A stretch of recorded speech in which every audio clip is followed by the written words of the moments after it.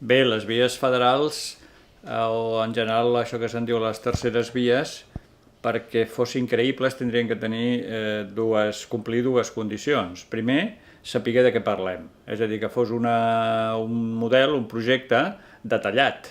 Què vol dir la tercera via? Moltes coses, en política internacional, en política europea, en nivell de competències, amb l'ús dels símbols, en fi, una sèrie del que és un projecte polític. Ningú ha definit res.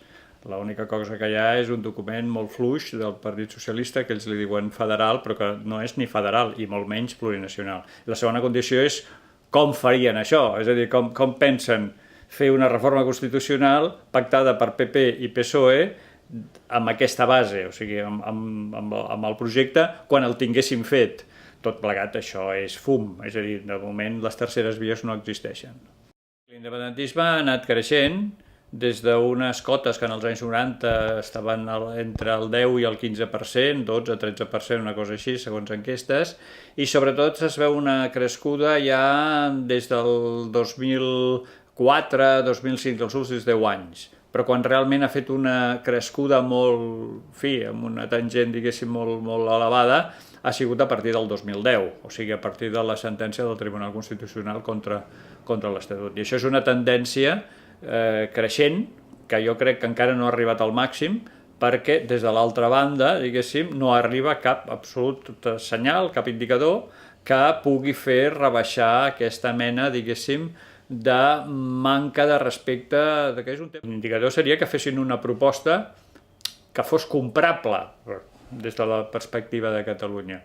I això què voldria dir? Doncs això voldria dir girar totalment el model constitucional actual, que això de l'estat de les autonomies, que és un model ja molt antic, molt desfasat, molt superat pels temps, però francament no veig ni les energies ni les intencions, ni tan sols que tinguin les neurones suficients, diguéssim, en el sentit de ben engraçades com per oferir alguna cosa que pogués donar als catalans la perspectiva de que estan ben posats, ben acomodats, ben, còmodes, amb unes estructures polítiques espanyoles. No tenim cap indicador del poder central, al revés, tenim indicadors que van en sentit contrari. Estaríem atents a escoltar-ho tot, evidentment, seria irracional no fer-ho. Ara hauria de ser una proposta realment, diguéssim, amb un contingut fort. Fort què vol dir? Doncs canviar el model, anar cap a un tipus d'acord, diguem-ne, molt descentralitzat, molt més d'ara, que Catalunya pogués decidir la seva pròpia política internacional, la seva pròpia política europea, que tingués un nivell de competències completament blindat en qüestions lingüístiques, culturals, de mitjans de comunicació, que pogués fer la seva política econòmica, que òbviament desaparegués tot això del dèficit fiscal, que tinguéssim un model econòmic com el concert, que nosaltres poguéssim tenir les nostres asimetries fins i tot en quant als drets decidits des de la Generalitat, que tinguéssim un govern per jugar a la Champions League i no un govern de segona B com és el que tenim amb aquest estat de les autonomies. Parlar de diàleg és una paraula buida. O sigui, el diàleg és per parlar sobre qüestions, diguéssim. Si aquestes qüestions no apareixen i ningú les està fent aparèixer des del poder central, és una paraula que no vol dir res. Per tant, això del diàleg es pot intentar, però vaja, el marge que té, jo crec, és un recorregut molt curt, per no dir zero. Jo crec que en aquest moment no es pot provar res, perquè els tractats això no ho contemplen, perquè és una pregunta que no estava pensada en el moment de fer els tractats, el tractat europeu actual. Les declaracions que hi ha ara són un pim-pam-pum que se'n troben diferents i contradictòries. Ja veuríem. Jo quasi que tindria com una gran, quasi com interès que això passés per veure com realment Europa es col·loca. La política internacional i també l'europea és molt realista. I per tant, si Catalunya, que és un territori que de fet dona diners, és donant a la Unió Europea, que té una economia sanejada, que exporta molt més al món ja que no pas a Espanya, que és pacífica, que és democràtica, etc. És com Escòcia. A Escòcia ningú s'imagina una Escòcia fora de la Unió Europea. doncs nosaltres en un moment, podríem dir, un procés més complicat, perquè tenim l'Estat en contra, a diferència del molt més civilitzat estat del Regne Unit. Espanya és un estat molt més primitiu, diguéssim, en termes liberal-democràtics. Ens costaria més, tindríem segurament una fase de transició, podríem dir, una mica més revoluta, diguem-ne, però, vaja, no tinc cap dubte que al final estaríem dintre de la Unió Europea. Jo continuo pensant que és un bon dia, malgrat no ser diumenge, diguéssim, que mitja setmana. Bé, per què? Perquè seria un moment en el qual dos territoris d'Europa fan una consulta sobre el mateix tema. Això immediatament, automàticament, desespanyolitza el tema de Catalunya, l'europeïtza. En aquests dos territoris pot ser que amb un surti que sí i l'altre que no.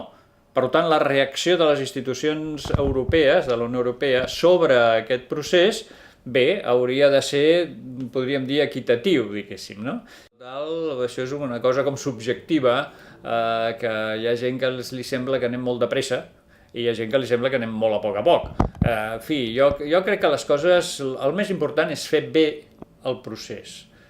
La velocitat ha d'estar en un segon nivell. No posar mai la velocitat per davant de la qualitat del procés. Seria un desastre cometre algun gran error.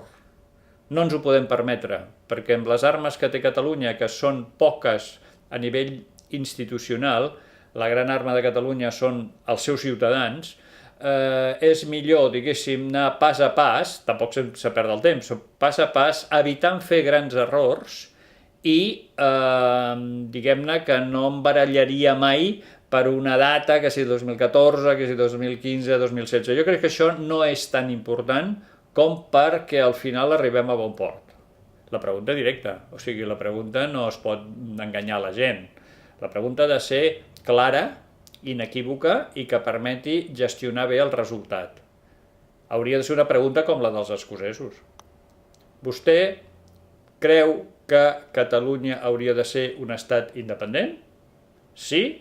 No? En blanc. Sempre que hi ha una contradicció entre una lògica democràtica permanentment expressada i una lògica legal, el que s'ha de sotmetre són les lleis a la gent, no la gent a les lleis. Serà un procés no fàcil, serà un procés, diguéssim, que hi ha moltes incerteses, però jo crec que si la línia està clara, no es cometen errors, sobretot de cara a la col·lectivitat internacional en els propers, diguem-ne, 2-3 anys, no es desinfla, diguéssim, la societat catalana, que jo crec que hi ha molts indicadors que no es desinfla gens, o sigui, que al revés, que la gent ja està farta, no? D'aquesta situació, jo crec que ens en sortirem. Ui, no, valga'm Déu, això ningú m'ho ha proposat i no, això és una qüestió molt... que si es passa ja pensaré què faig, però no, això ningú m'ho ha proposat i està fora una mica del guió, perquè, entre altres coses, això seria parlar a un Parlament, a una tasca legislativa, que jo no em veig molt en una tasca legislativa. En tot cas, si algú em volgués dedicar a la política, em plantejaria més tasques executives que no pas legislatives.